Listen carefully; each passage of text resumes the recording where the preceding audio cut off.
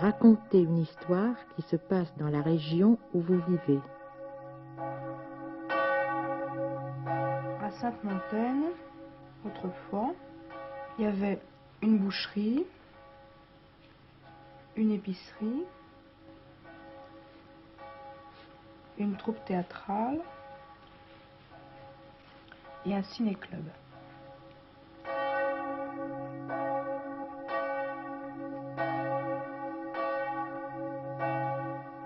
Maintenant, il n'y a plus que des bistrots et des ivrognes.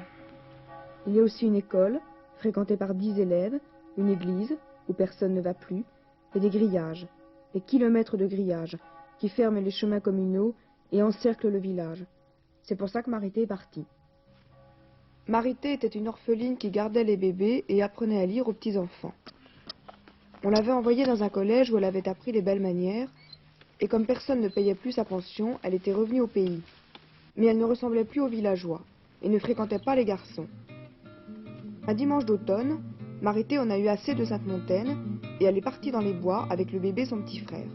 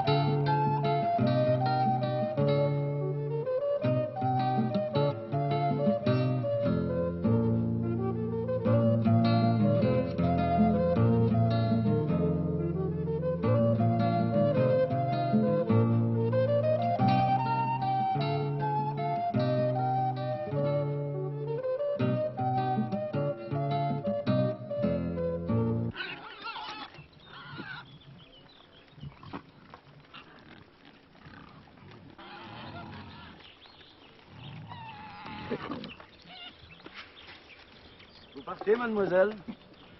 Bon, fallait attendre, je vous aurais bien offert à boire. Merci.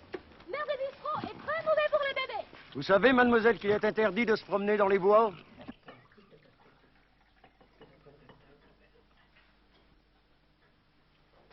Alors, sans aide, la commune. Tiens, t'as donc réveillé, ma petite fille.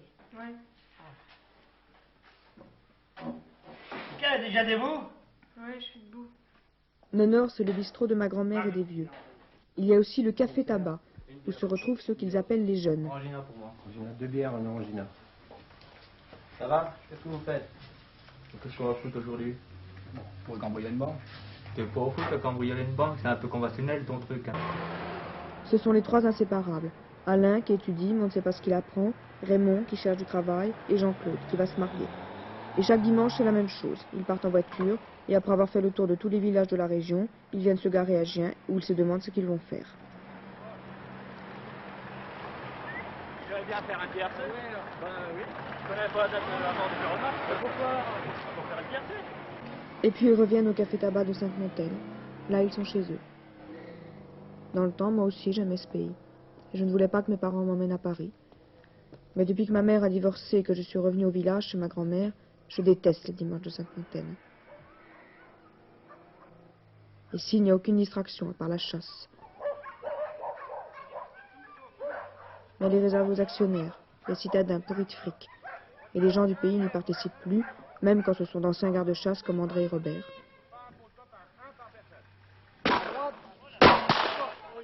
Apporte là. Apporte aussi. Oh il est beau, apporte. Apporte-lui. Apporte de tomber. Là.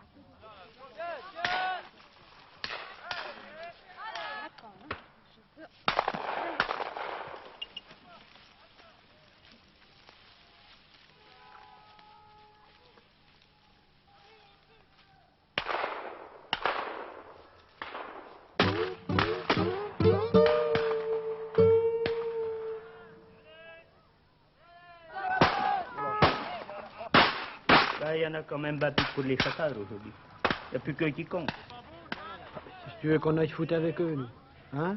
Aller tirer des volailles? Ça s'appelle pas des chasseurs, ça. Enfin, qu'est-ce qui se passe? Où sont-ils? Où est le gibier? Les actionnaires vont être furieux. On dépense de l'argent, on fait une publicité énorme. Garde! Alors, vous m'aviez promis du beau temps. Et il y a du brouillard.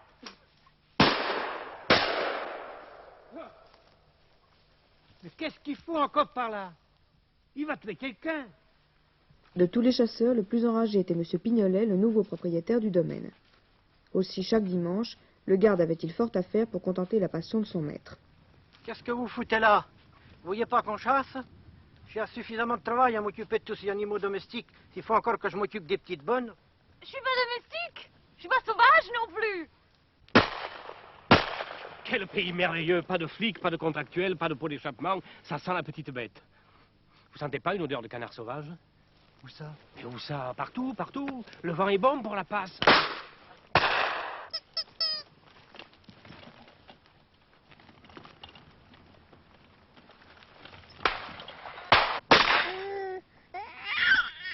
Pleure pas. Si c'est un pays civilisé, on tue pas les bébés. Tout est déséquilibré. Et regarde nos pauvres canards.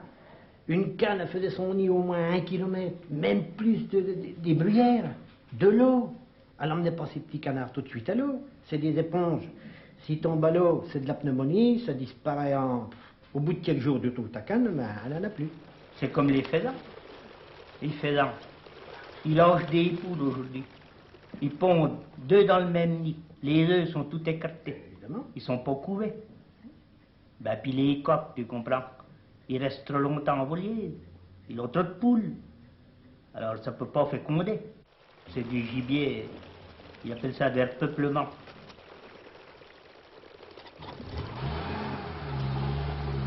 C'était la fin de la matinée et M. Pignolet, qui n'avait pas encore tué un seul oiseau, devenait furieux. Alors le garde se décida à mettre en boîte les faisans de la volière et les ayant amenés sur les lieux mêmes de la chasse, il les lâcha.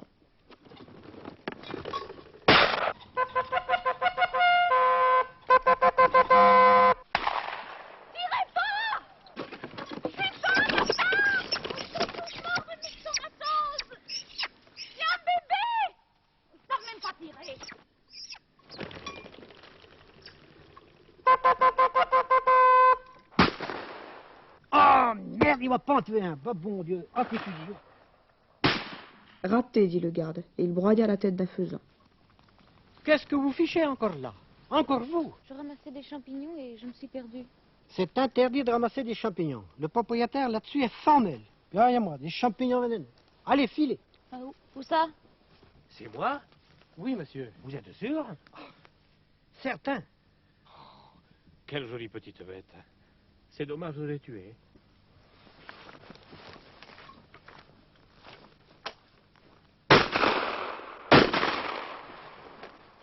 Ah, encore moi?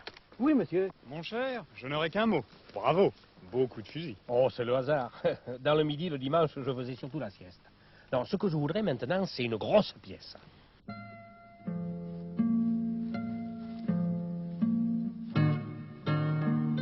Or, dans les marais de Sologne, vivait un monstre velu et couvert d'écailles, un être étrange et qui n'était pas du tout apprivoisé.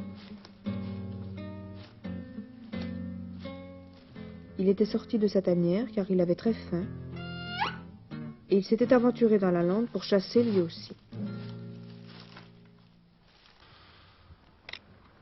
La photographie est le négatif instantané de la vérité positive. Pensez pas qu'on serait mieux dans une chambre? Soyez pas bourgeois, les coups de feu c'est beaucoup plus excitant.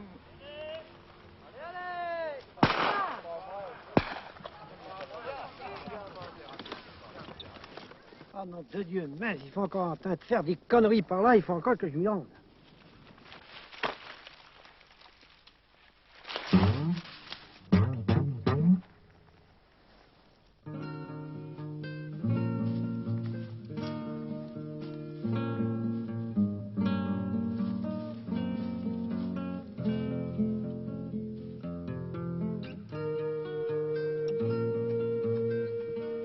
La chasse avait été fructueuse, même pour la bête, et tout le monde se réjouissait, sauf la pauvre Marité qui ne retrouvait plus son chemin. Elle avait tellement envie de rentrer au village avec le bébé qui commençait à avoir faim.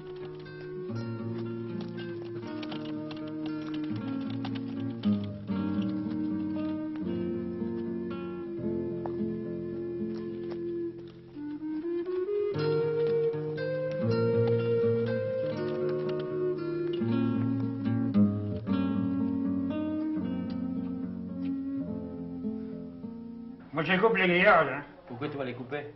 Pour le passer de votre côté. Mais t'as pas le droit. Ils sont pas pourris, tes grillages.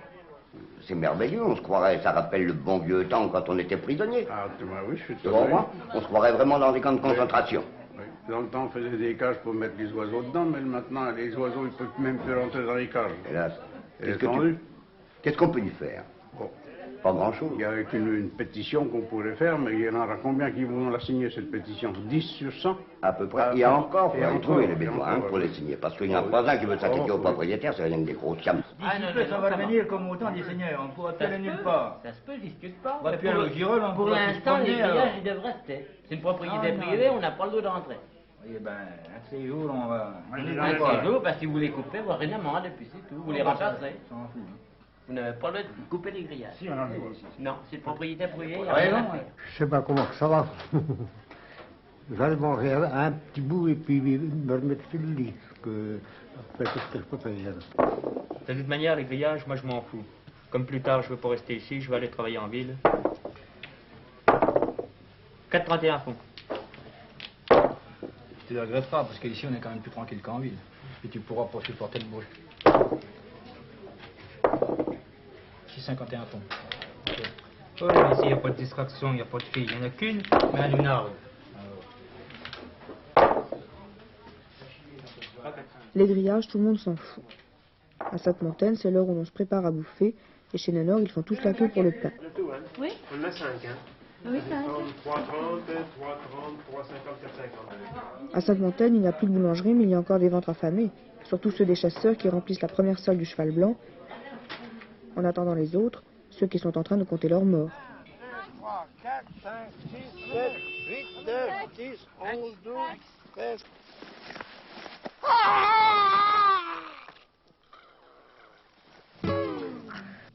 Les chasseurs qui s'entretuent, les canards sauvages qui s'envolent pas, c'est la pagaille. On va encore dire que c'est la faute des capitalistes. Et la mienne, parce que je suis président directeur général des conserveries immobilières du Rhône.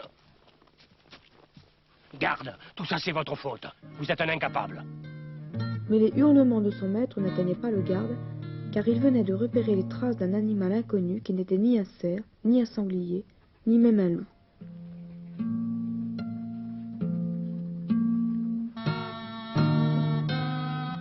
Le garde fit part de sa découverte à M. Pignolet, et celui-ci ameuta tous les actionnaires, même ceux qui n'avaient pas bu leur café.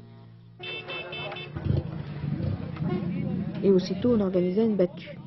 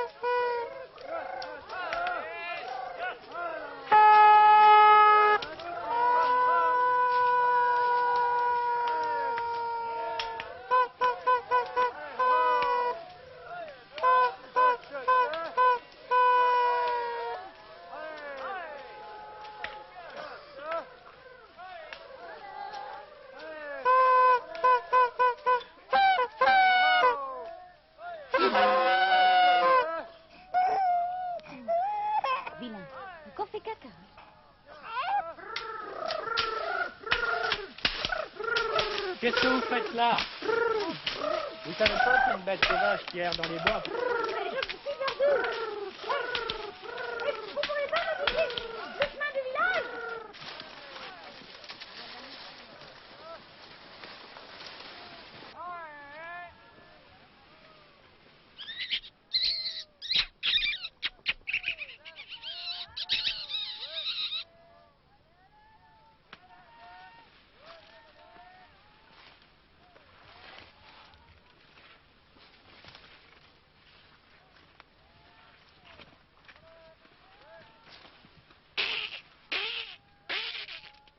Mais ni le cœur des chiens, ni les ruses du garde n'avaient pu venir à bout de la méfiance de la bête. Il ne restait plus qu'un seul moyen, le piège à fauve.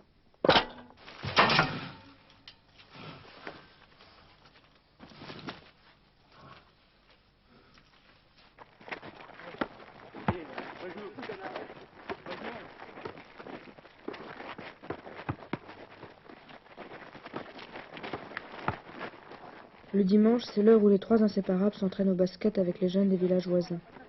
Le basket, c'est la seule attraction de Sainte-Montaine. Les vieux disent que c'est la faute des jeunes, et que dans le temps on s'amusait beaucoup plus. Et les vieux disent toujours que c'était plus beau quand ils étaient jeunes. Dans le temps, on était tous camarades. On n'avait d'abord ni voiture, ni bicyclette. On s'en allait tous à pied ensemble. Tandis qu'à présent, ben, on va d'un côté, de l'autre, et puis voilà. Et on s'entend mal d'abord. Celui qui a une voiture, il s'en va de son côté, puis celui qui n'a rien, ben, il s'en va d'une autre. C'est pas comme les grands propriétaires qui ont des grillages de 2,50 m de haut. Là. Moi, on peut rentrer dans mon jardin, à part les lapins de graines, qui rentrent quand même pour manger mes choux. Je mets d'abord des pièges. Oui. Moi, j'ai une propriété, moi. Ah. C'est là-bas, quand on va être mort, au champ carré. Ah oui, mais c'est plus... Je vais me faire bouffer par les taupes. Ah bon? Alors là, d'accord, mais il n'y a pas besoin de grillage. Et on est bien là-haut. Ah ben justement, mais on est bien là-haut. Quand on est là-dedans, hein, c'est pour longtemps, quoi. Je ne sais pas. On trouve encore des ossements, de temps en temps. C'est macabre. Qu'est-ce que tu veux? C'est la vie, hein. Et tandis que les vieux faisaient la sieste et que les jeunes se demandaient où ils allaient finir l'après-midi, Monsieur Pignolet s'affairait autour de sa bête. Il n'était pas satisfait car personne ne savait à quelle espèce appartenait ce monstre dont la capture s'était révélée si difficile. Aussi Monsieur Pignolet fit-il convoquer d'urgence son conseiller technique, l'éminent Dr Sax. Ce n'est pas un ptérodactyle. Alors qu'est-ce que c'est? Un mutin? Un mutant. Dans le doute, il est conseillé de pratiquer un électroencéphalogramme. Un électrochoc, vous y pensez pas, pauvre bête. Allez lui arracher quelques poils. Nous les examinerons en laboratoire.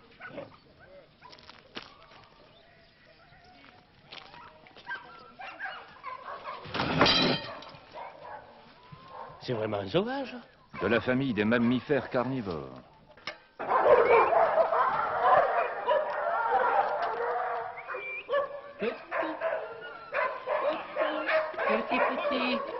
Petit.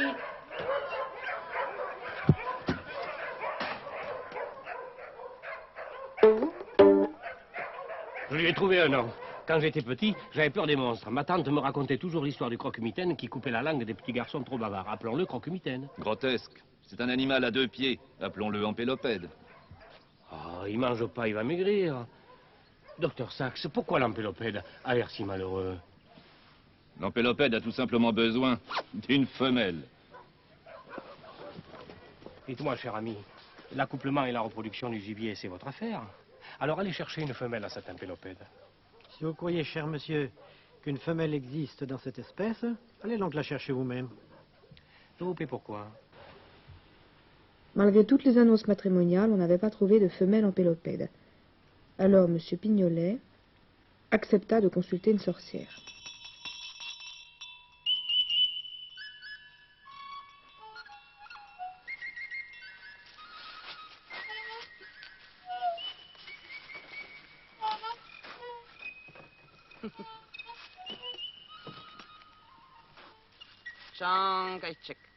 Qu'est-ce qu'elle dit? Elle dit qu'elle veut ni argent, ni billets et ni chèque. Hein, car l'argent se dévalue, elle voudrait des bijoux. Soit des montres suisses, phosphorescentes et imperméables.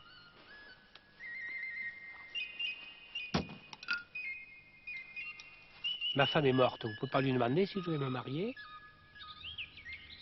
Ah, la vache, la va d'apprendre, la va de se marveliner, pour d'apprendre. La va d'abord extra, la va de blabla. Oui, prochainement.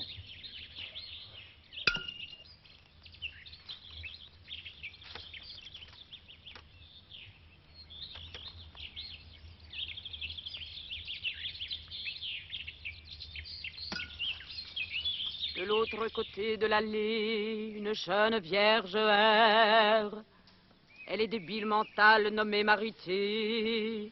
Elle pousse un landau. Elle est à la recherche d'un mâle. Tu te rappelles, Maryse? Elle est enceinte. Laquelle Maryse? Maryse la chèvre ou celle qui louche? La grande Maryse, celle qui a un an de moins que moi. Tu te rends compte? Tes parents font un de ses foins. Bah, elle avait qu'à prendre la pilule. Tu la prends, toi, la pilule? Tu sais pas ce que c'est, t'es vierge. Mais t'en sais rien de quoi je me mêle. T'es en retard, tout le monde le sait. Marc, au début, ça fait vachement mal d'être dépucelé. Moi, je peux plus m'asseoir. C'est elle. Ah, elle est mignonne, gentille. Qu'est-ce que vous en pensez, docteur Sachs?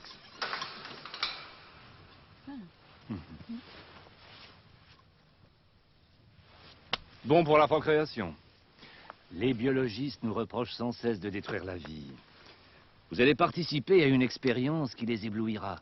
Tu veux toujours devenir institutrice? Oh, je sais pas, peut-être.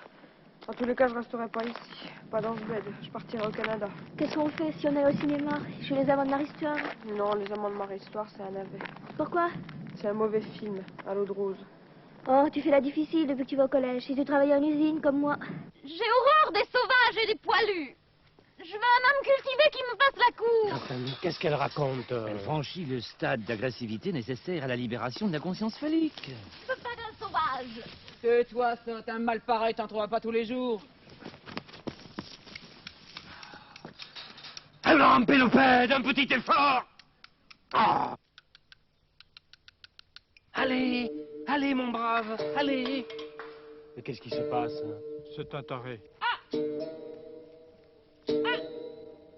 Bien. Mais qu'est-ce qui se passe? Bande, un pélopède. Veux-tu bander? Venez.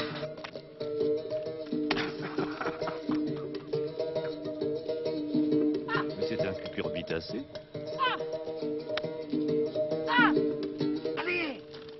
Allez, allez, allez. Mais vieux. Allez.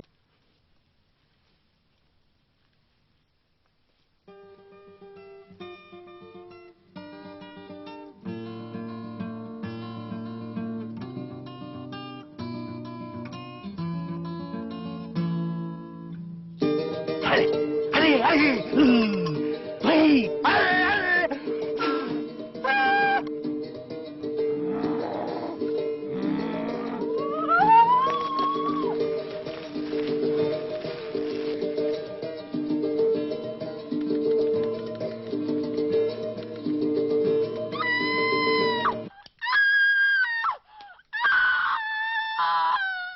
Et Marcel Rivalet, qu'est-ce qu'il fait? Il se marieront jamais.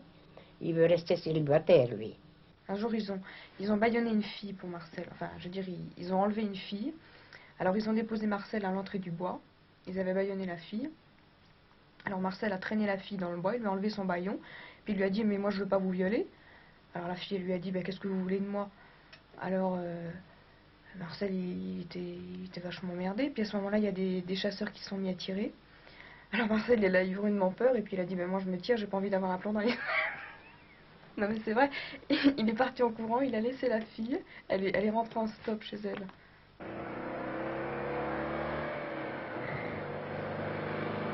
Alors, t'es bien? Non, non, j'ai pas envie. Bêcheuse. Chaque dimanche après-midi, ils décident d'aller au bal, puis ils changent d'avis, vont visiter un château. Mais les châteaux, ils les voient toujours de l'extérieur. Tu crois qu'on rentre là-dedans? Des vieilleries là-dedans, puis des vieux meufs, c'est pas intéressant. Et qu'est-ce qu'on vient foutre ici? Il n'y a rien à voir, tout est fermé.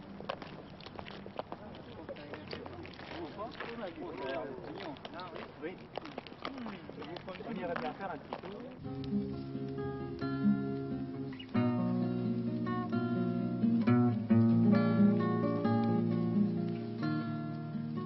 Alors Marité, qui avait été violée comme une bête, voulut se tuer, mais la sorcière lui fait respirer des herbes qui l'endormirent.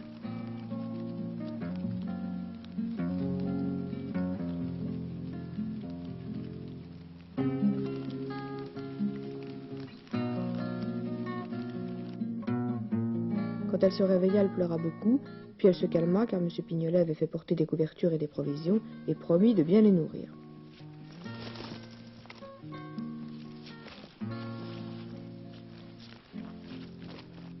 D'ailleurs, la sorcière qui avait échangé le sang de la Vierge contre un fauteuil à roulettes s'était installée dans le camp et elle veillait à ce que son projet s'accomplisse. Marité tenta de s'enfuir, mais elle fut vite rattrapée. Et M. Pignolet n'en fut pas averti. Il venait souvent les voir et se montrait plein d'attention pour le petit couple. Alors, comment ça se passe? Bien. Parfait.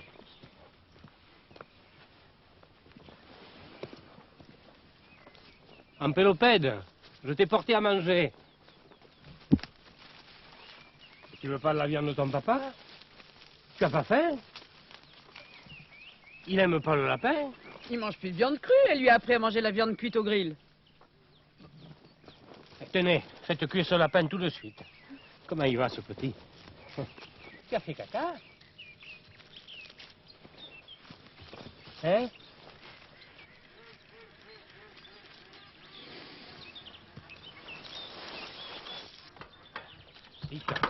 Je vais l'épouser bientôt. Oui, très bientôt. Je la vois descendre d'un Boeing. Comment est-elle? Elle est grande? Ah oui, très grande et distinguée.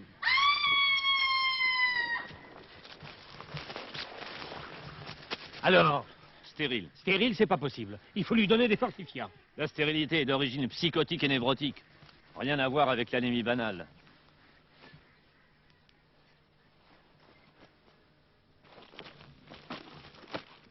Qu'est-ce que tu lis? Le chien de Pavlov. Je connais. Les réflexes conditionnés. Vous savez, quand on donne de la viande à un chien, il salive. Alors là, on fait une expérience. On donne de la viande à un chien, puis on allume une petite lampe, et il salive. Et ensuite, on continue à allumer la lampe, mais on arrête de lui donner de la viande, et il salive quand même. Il a pris l'habitude, c'est comme un dressage. Les expériences du Dr Sachs étaient aussi multiples qu'infructueuses, mais il persévérait. Il voulait prouver que l'empélopède est un animal domesticable.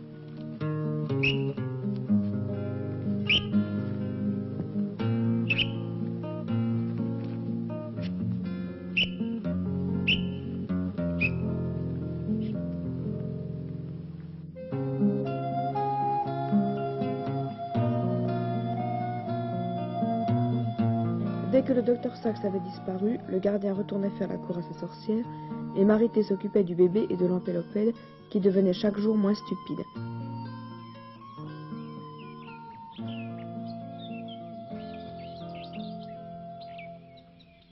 C'est lui l'empélopède?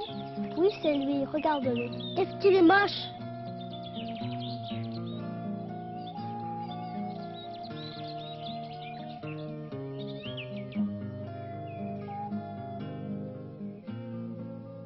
Sa réputation s'était établie dans les villes des environs et chaque samedi, il recevait la visite d'un groupe scolaire.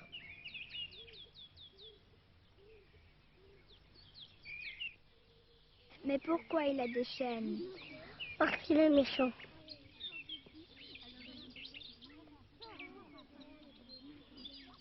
Pourquoi il s'appelle empélopède? Parce que c'est une créature aquatique qui marche sur deux pieds. Compris? Oh, il est très fort et très puissant. S'il voulait, il pourrait m'étrangler d'un seul revers de sa main et me manger d'une seule bouchée. Il est carnivore. Mais je l'ai dressé par la méthode des réflexes conditionnés.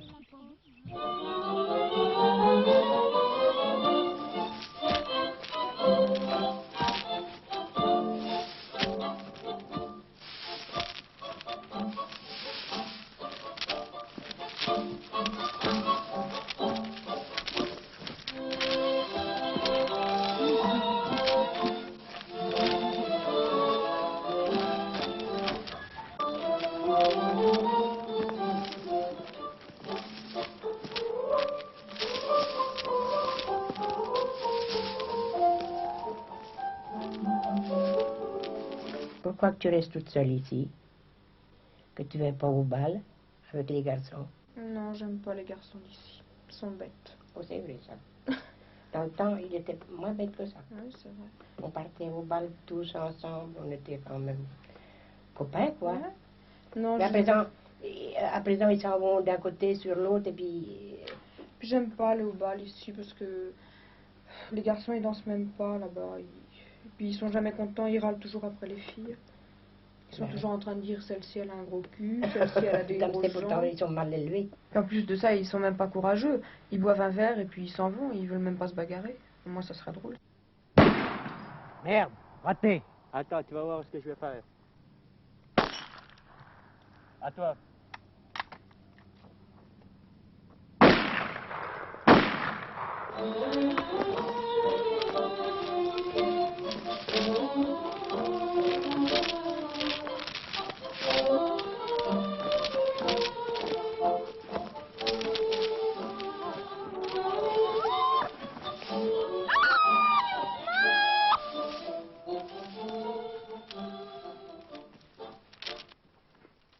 Rappelle-toi la chasse de dans le temps.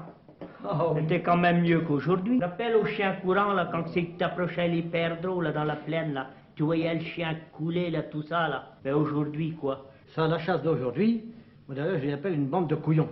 Alors, ouais, ça, c'est peut-être un peu de tir, mais pas de la chasse. Puis encore le tir. Il y en a 1 sur 10 qui s'est tiré. Tous les autres, c'est des pas de fusil. Enfermer des lapins la nuit dans un grillage, dans un fermé. On pose des grillages, on les laisse pendant 8 jours le grillage abattu, on met de la nourriture, des choux-raves, des betteraves, les lapins prennent l'habitude de venir pendant 8, 10, même 15 jours. Le jour que ces messieurs sont décidés à les tirer, il faut se lever la nuit, les gars, pour venir enfermer ces lapins. Et le matin, ces messieurs viennent à lapin de 10 jours tuer des lapins qui se tapent dans du grillage.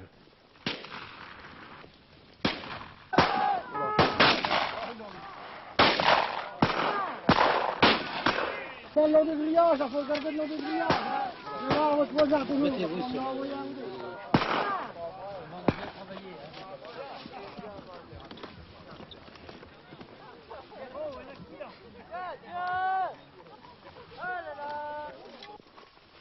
Qu'est-ce qui se passe? Il n'y a plus rien à tuer. Garde! Il n'y a plus de gibier?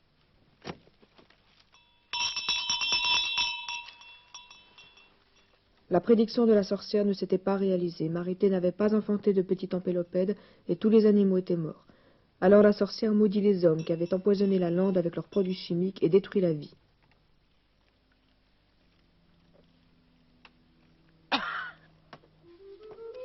Cependant, les protégés de M. Pignolet avaient faim car on oubliait de leur porter à manger. Personne ne s'intéressait plus à l'ampélopède, sauf la belle Valentine qui s'ennuyait dans son château. Et chaque soir, elle venait rôder autour du camp.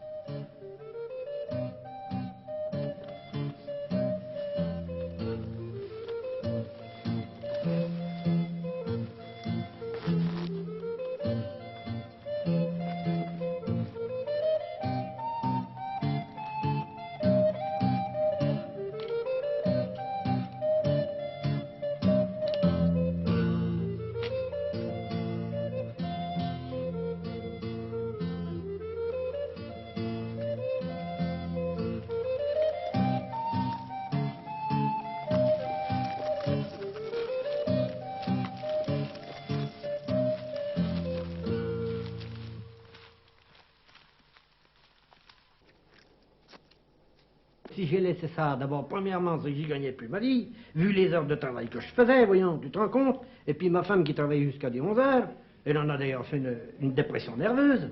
Ah, bah, dis non. Tu te rends compte?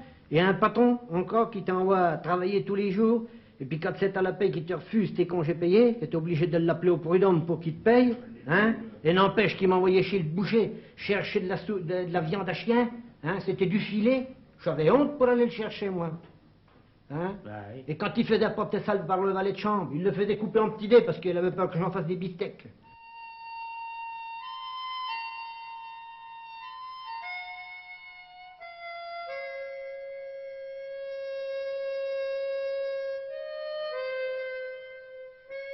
Garde! Qu'est-ce qui se passe? Où sont mes faisans? Mais vous avez tué tous les mâles. Et les femelles? Et les femelles, elles sont pas fécondées. Bon, alors qu'est-ce qu'on fait? Qu'est-ce qu'on fait? Fécondez-les vous-même. Elle est têtue, elle veut pas descendre. Dites-lui que puisqu'elle exerce son métier de sorcière illégalement, elle doit nous trouver une solution. Sinon, je serai dans l'obligation de la mettre en prison pour vente illicite de drogue. Silamaït! Elle dit que c'est de votre faute qu'il n'y a plus d'Orvé ni de belladone. Vous avez tout empoisonné. Encore un cas d'hystérie dû à la ménopause. Psychiatre! Mais, je suis pas folle, mais c'est vous qui êtes dingue! De bande d'ordures, mais laissez-moi! Bande de fumier, mais... Bande de lâches, je vais tous disparaître, laissez-moi! C'est quand même prendre la tête. Mais j'irai pas!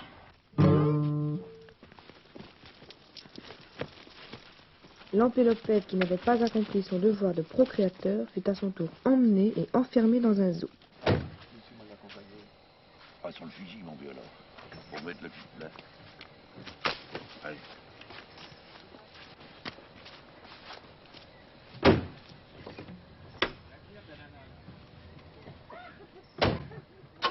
Mais le docteur Sachs négligea de s'occuper de Marité et elle se retrouva libre.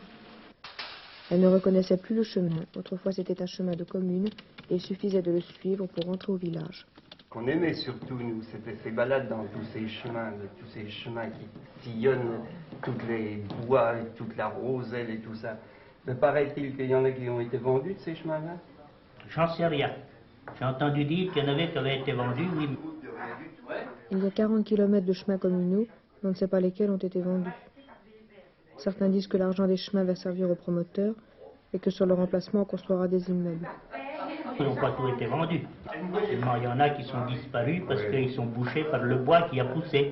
Et alors les gens n'y passent plus. Et pourquoi ne proposerait-on pas à une équipe de volontaires cet entretien des chemins de commune? Pourquoi ne jouerait-on pas de la serpe et du sécateur? Des volontaires, vous pouvez en trouver où? Ben, moi j'en serais. Ah ben ça, je voudrais bien vous voir, par exemple. Ah, c'est autre chose. Ça, je voudrais bien voir trouver les volontaires pour aller débroussailler les chemins de commune le dimanche. Moi, je sais que personnellement, vous ne me prendrez pas à aller couper du bois le dimanche. Tu passes bientôt dimanche à faire soit du sport ou bien à faire le poireau devant un terrain de sport pour regarder les autres faire du sport. Ce serait aussi utile que de passer leur journée dans un café dans la fumée de tabac. Ça serait beaucoup plus simple, peut-être, mais enfin, vous n'en trouverez sûrement pas beaucoup qui vous suivraient dans cette voie-là. C'est tout pour la commune comme ça, non?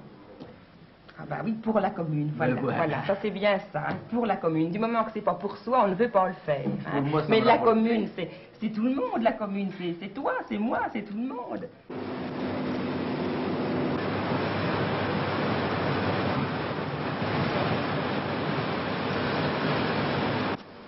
Hé, attendez-moi! Où êtes-vous? Depuis qu'ils ont vendu le chemin communal, là, eh ben, ils vont monter des HLM pour les Portugais. Là. Moi, je vais monter un bordel. Bon. Ouais. Et je vais y aller avec ma fiancée, là. Oui. Elle est très gentille, avec moi. Alors, qu'est-ce qu'on va faire? Les chasseurs veulent plus venir, c'est la ruine. Je paye mes impôts comme les autres.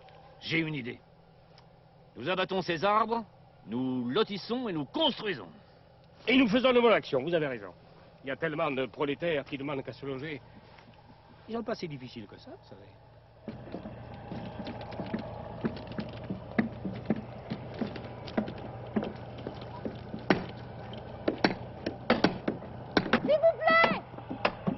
S'il vous plaît, je cherche Sainte-Montaine. Vous connaissez Sainte-Montaine? C'est un petit village en Sologne. Qu'est-ce que vous faites? Le bébé et moi, on a failli crever à cause d'une erreur scientifique. On est complètement perdus. Dites au moins quelque chose. Bom, ele é uma puta. Nós não temos dinheiro.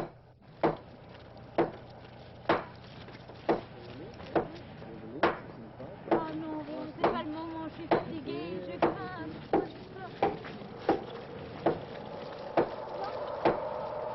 C'est capitaliste, hein? C'est capitaliste. Ah là là. Oh, quel temps. Il fait mauvais, hein?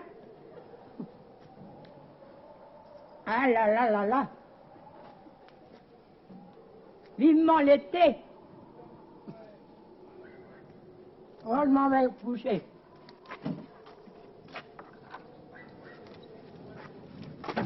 Voilà.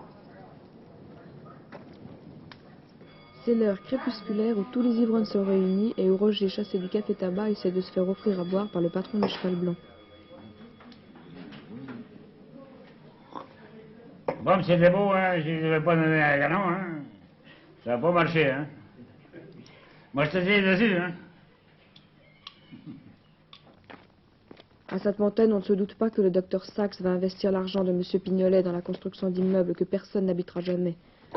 Ils sont au chaud et se foutent de Marité qui a faim, comme ils se foutent de la Marthe qui vient chaque soir fouiller dans le dépôt d'ordures.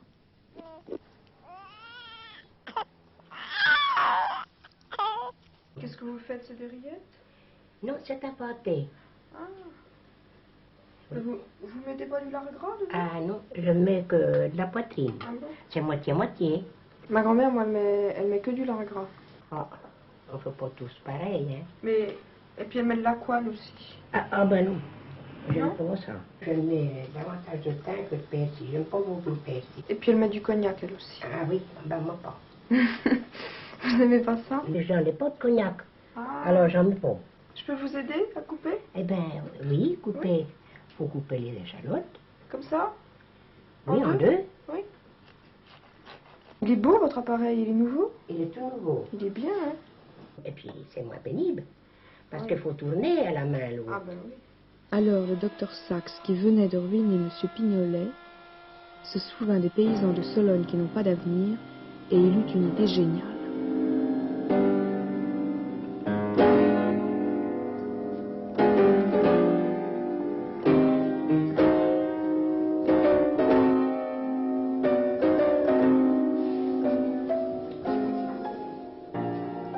Que pensez-vous de ce pâté? Ben, c'est du pâté. Vous n'allez pas nous le faire payer en plus, ce pâté. Mais c'est un pâté test. Vous vous foutez de nous. Je viens voir avaler de travesti, vous nous faites avaler du pâté? Et ce pâté n'est pas fait de sein doux, de bas morceaux de bêtes dévitalisées, de chair d'animal anémié nourri aux hormones. Ce pâté délicieux est un véritable pâté de campagne, fait de chair et d'eau, d'hommes et de bébés nourris, élevés à la campagne. De la bonne chair de paysans qui n'a pas été polluée par les gaz de la ville. Est-ce qu'il faut rire? Non.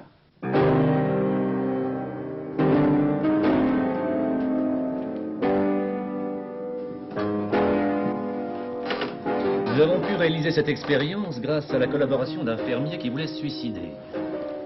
Sa femme était à moitié folle, son fils incapable de dépasser le niveau du certificat d'études et lui-même venait de se faire renvoyer par son propriétaire.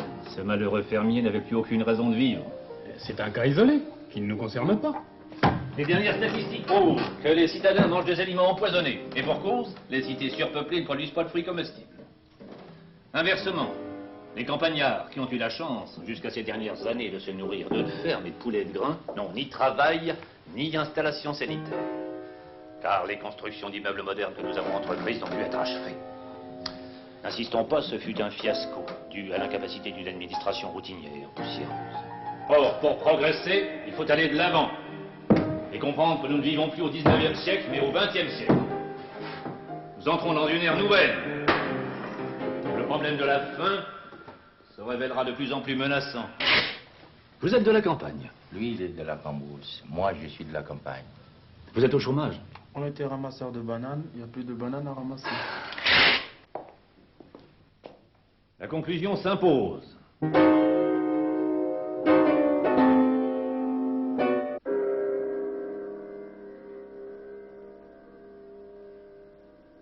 Âge 49.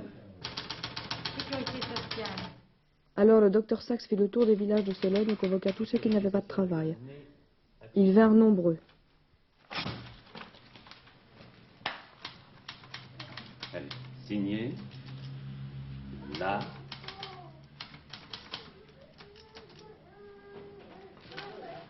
Là. Vous, la jeune femme qui portait un bébé, vous avez priorité. Approchez, approchez. Vous êtes en chômage, mon petit. Oui, monsieur.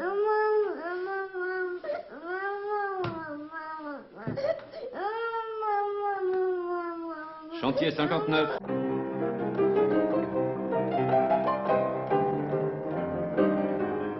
Les chômeurs étaient dirigés vers l'un de ces chantiers inachevés où le docteur Saxe avait englouti la fortune de M. Pignolet, son ex-associé. Et pour accomplir son noir dessein, le docteur Saxe avait fait libérer la sorcière et son bien-aimé gardien. Puis il avait récupéré l'empélopède, le tueur le plus docile que l'on pût imaginer. Pas de bruit, ne tirez pas, pas de trou dans le ventre, ni dans la tête, surtout n'écrasez pas les tripes. Chantier 57. Au suivant.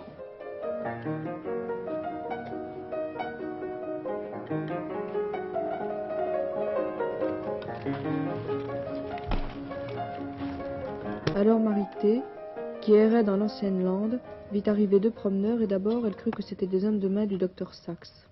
Je suis sûr que vous me reconnaissez pas. Mes cheveux refusaient de pousser, alors j'ai mis cette perruque. Je me recycle. C'est sauvage, non? C'est génial, papa. Ah. Si vous saviez ce qu'il m'a fait, cet abominable Sax, il m'a ruiné. Et après, il a répandu le bruit que j'étais un incapable. En réalité, tout ça, tous ces états m'appartiennent. Heureusement que mon fils m'a appris que l'argent ne fait pas le bonheur. Depuis que papa a perdu son complexe de propriétaire, il a rajeuni de 20 ans. Encore une histoire de drogué. Cette fois, c'est pas un jeune, c'est un vieux. Il est parti avec son fils, ils ont attaqué un chauffeur de taxi. Peut-être qu'un jour, vous aussi, vous droguerez, monsieur Thébault. C'est possible.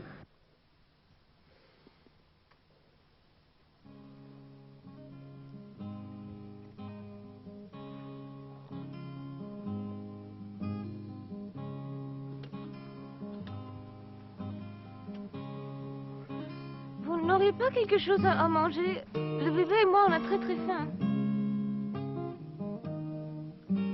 On a très faim. On n'a rien, papa n'a pas voulu voler le sauciflard chez le charcutier, sous prétexte qu'il a commencé comme charcutier. T'as tort, papa. Primo, la propriété n'étant qu'une expropriation de l'individu par la société et la société par l'individu, le vol n'est qu'une récupération. Secondo, avec la tête que t'as, papa, t'inspires tellement confiance. Eh, fiston, donne-moi encore un peu d'air. T'exagères, papa. La cam, c'est moi qui la fauche au copain. Bon, je cambriolerai une banque. Allez, sois gentil, encore une.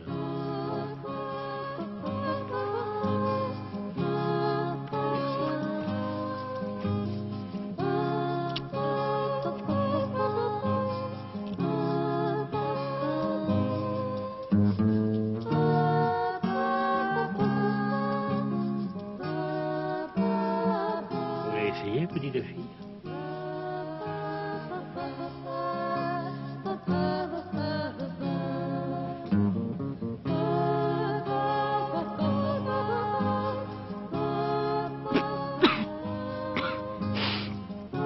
Papa a des visions géniales.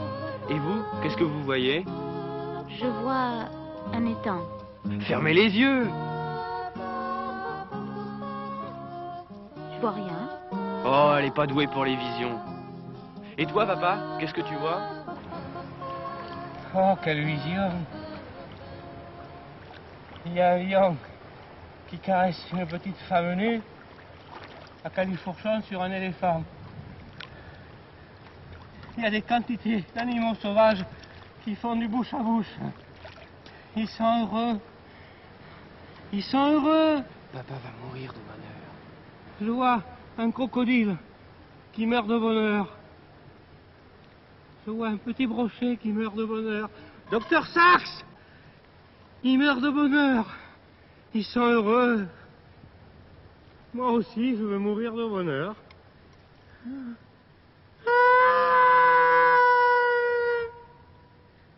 Docteur Sax,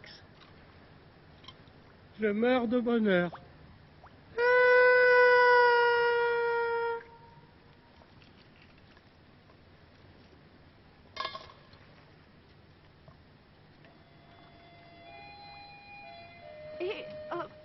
Papa est mort de bonheur!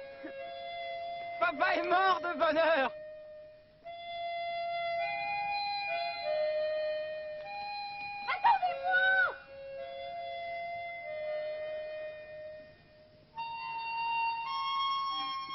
Et comme il n'y avait rien d'autre à faire, Marité décida à son tour de mourir de bonheur. Personne ne nous aime. Mais un incident technique l'en empêcha. Bon, qu'est-ce qu'on fait? Je sais pas, on pourrait enlever un chasseur le soir à la sortie d'un bois. Alors, on pourrait l'emmener au village, par exemple, et puis demander une rançon à sa famille. Oui, mais comment toucher la rançon? On va se faire piquer par les flics. Vous, jeune homme, vous cherchez du travail? Oui. Vous savez lire? Oui, monsieur me comptait. Je ne suis pas d'accord, je ne suis pas d'accord. Il n'y a plus que de la volaille. Je vous donne ma démission. Imbécile! Je vous avais pourtant dit de ne pas toucher aux tripes. Je les veux intactes.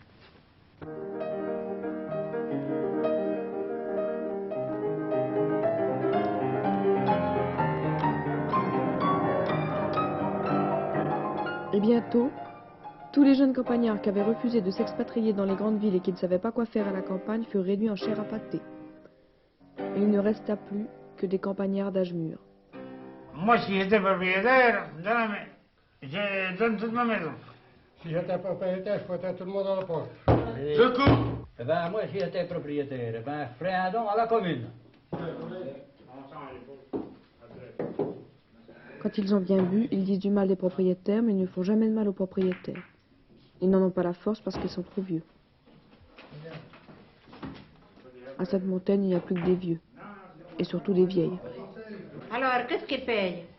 À la 94. Il fait plus grand-chose, hein. Il fait comme moi, sa soupe, quand même. Et puis, quoi donc encore? Madame Sené, qui a 80 ans. Mais elle n'a plus sa tête. Elle a peut-être 6 jambes, mais elle n'a pas de tête. Il y a Madame Torto, mais elle a encore sa tête aussi, elle, par exemple. Elle a plus de jambes. Le père Nou Blanche, lui, c'est une jambe coupée. Alors, Monsieur Landry, là, il a la jambe coupée aussi. Il est encore à l'hôpital, lui. On va peut-être le ramener cette semaine. Eh bien, il est de mon âge.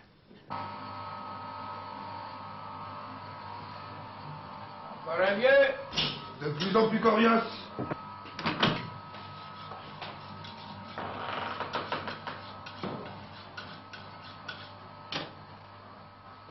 Et puis, Monsieur Torto, Monsieur Bradu, Monsieur Sené, ben, vous voyez, tous ces hommes-là sont partis.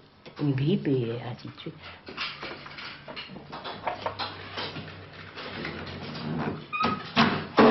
Vous prétendez qu'il n'y a plus de jeunes gens. Il y a encore des bébés et des jeunes femmes. Alors demain, à l'aube. Notre empélopède est crevé, il veut plus y aller. Moi aussi, je suis malade, j'ai envie de dégueuler. Si vous êtes malade, faites-vous remplacer.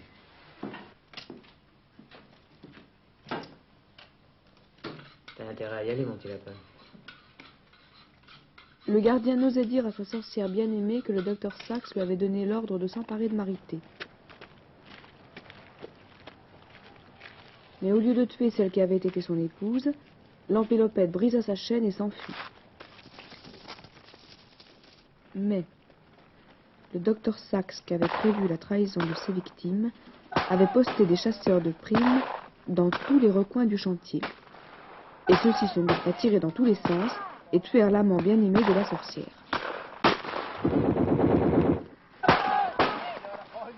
Arrêtez-la! Dans son landau, elle cache un bébé de campagne et un pâté de campagne.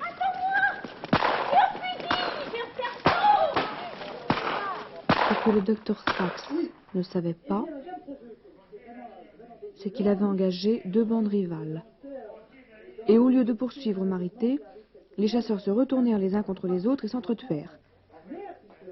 Et ce fut une mare de sang. Tu viens? Les chasseurs sont partis! La lande nous appartient!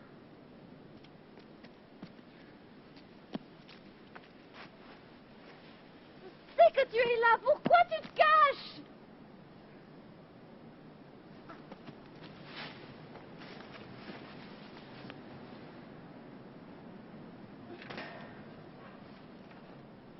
Tu vas quand même pas me laisser toute seule.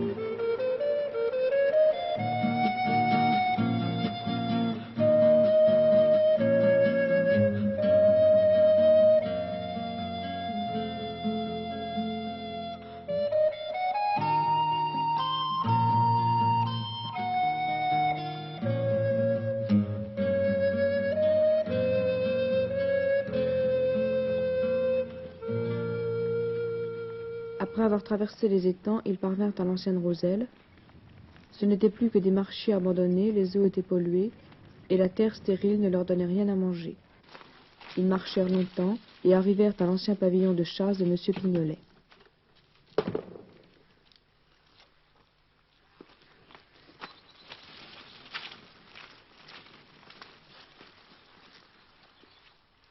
Nous l'avons joli dans notre pays.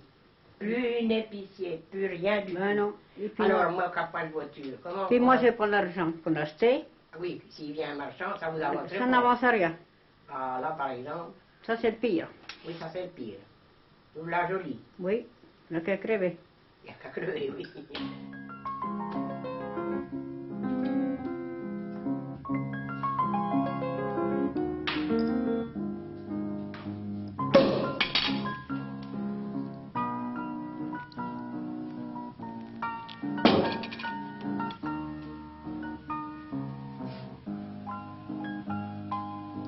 Nous allons trinquer. Ouvre ta main. Tu vas prendre le verre de champagne dans ta main. Comme ça. Je bois. Je bois.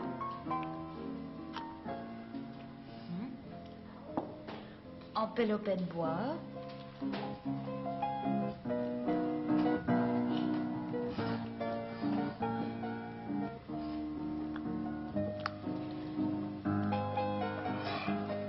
Il est content de boire du champagne. Hein?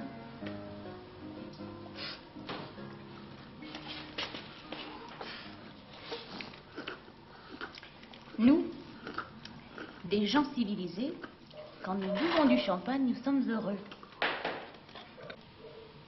Heureux. Tu comprends ce que ça veut dire? Heureux?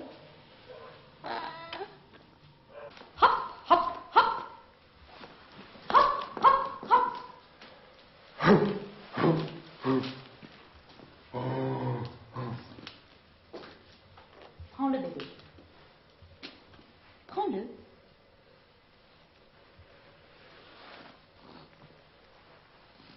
Berce. Berce. Le lendemain, il n'y avait plus de provisions, et Mariquet se demandait ce qu'ils allaient devenir.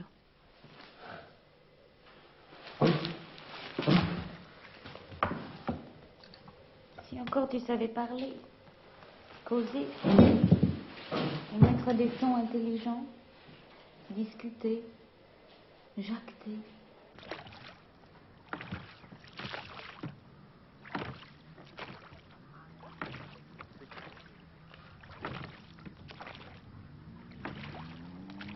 Et comme ils ne trouvaient nulle part leur nourriture, Mariquet décida de traverser l'étang et de retrouver la route de la ville.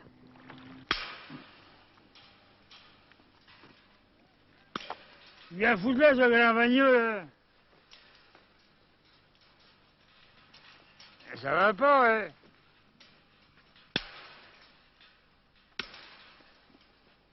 Moi, je travaille pour emmerder les propriétaires, là. Pour aller au Girol. De toute manière, ça sert à rien. Ben, ça sert à quelque chose. Moi, je vais manger des girolles, moi. Tu te fous de tout, toi.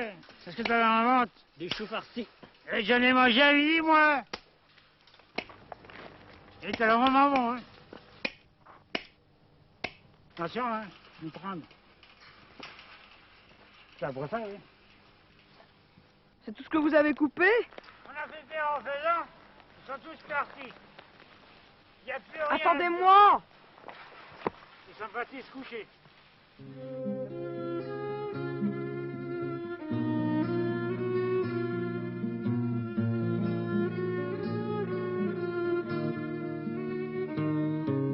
Je ne suis pas un monstre, mais un prince. Une méchante sorcière m'avait métamorphosé en bête, mais ton amour m'a sauvé.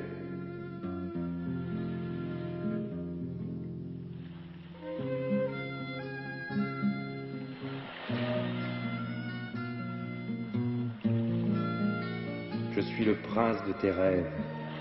Je suis un prince musicien.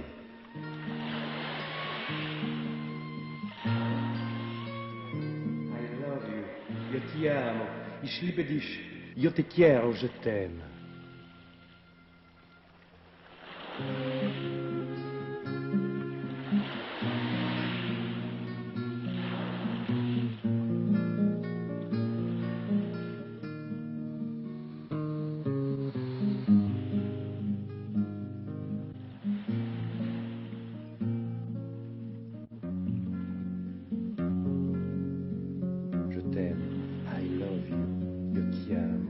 Ich liebe dich, yo te quiero, je t'aime.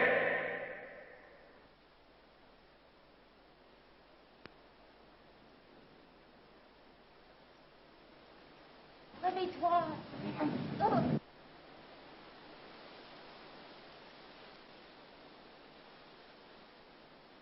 Alors Marité dit c'est une bête, quand il aura trop faim il nous mangera.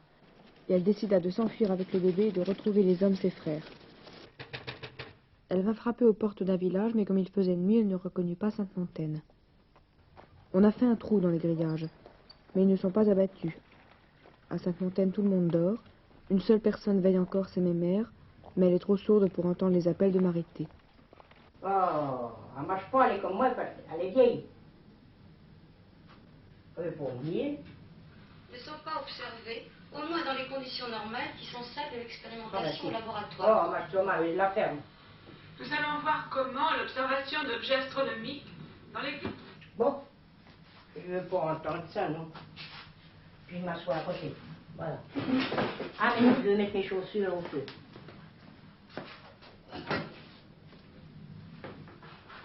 Allez, maintenant, j'en faire des chaussures.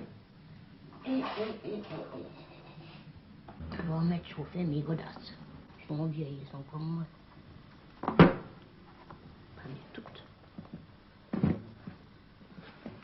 Il n'y en a pas une qui vaut. Alors Marité dit, les pecnos j'en ai marre, je veux vivre chez les riches.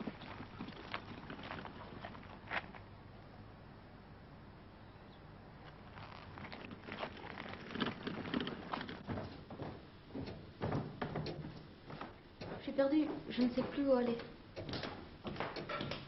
Pauvre petite, vous avez eu des malheurs. La dame, qui était très gentille, recueillit Marité et elle la fit entrer dans son salon. Marie-Thérèse.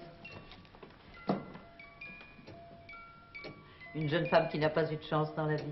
Charmante. Vous aimez les petits gâteaux? Servez-vous.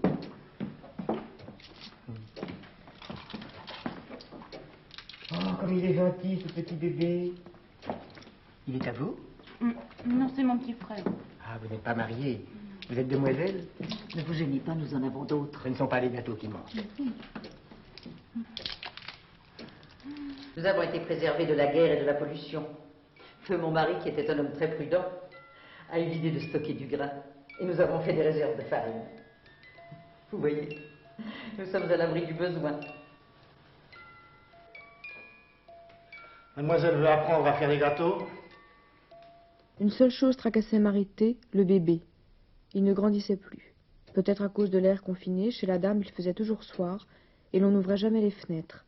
Heureusement, le vieux monsieur s'intéressait beaucoup à Marité et lui parlait de ses nombreuses collections. Le morceau Adonis me rappelle cette petite anecdote. Un jour, je pars à la chasse aux papillons et j'arrive avec mon filet dans une clairière. Et qu'est-ce que je vois? Une dame toute nue qui prenait un bain de soleil. Je m'approche, à pas de loup, car je venais d'apercevoir sur son sein gauche ce merveilleux spécimen. Alors, pour ne pas l'effaroucher, je me détourne pudiquement et je lui dis « Madame, pouvez-vous m'aider à capturer ce papillon posé sur votre sein gauche ?» Et gentiment, cette dame le fit. « Mademoiselle, vous devez me prendre pour un vieux gâteux. Puis-je vous demander la permission de mordre votre petite oreille? »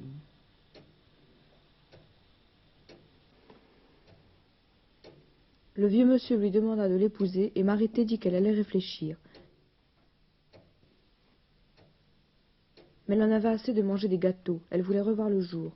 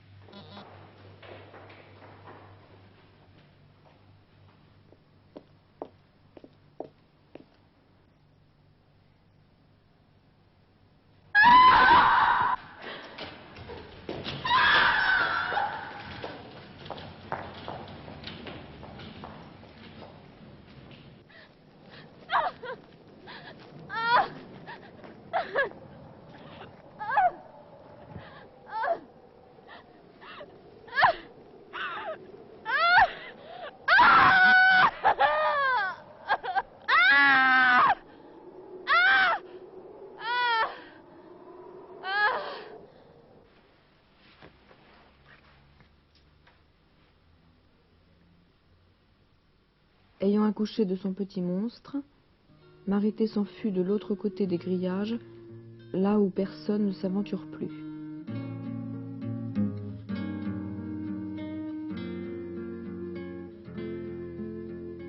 C'est là qu'elle vit depuis des mois, avec le fils de l'empélopède et le bébé qui est resté bébé.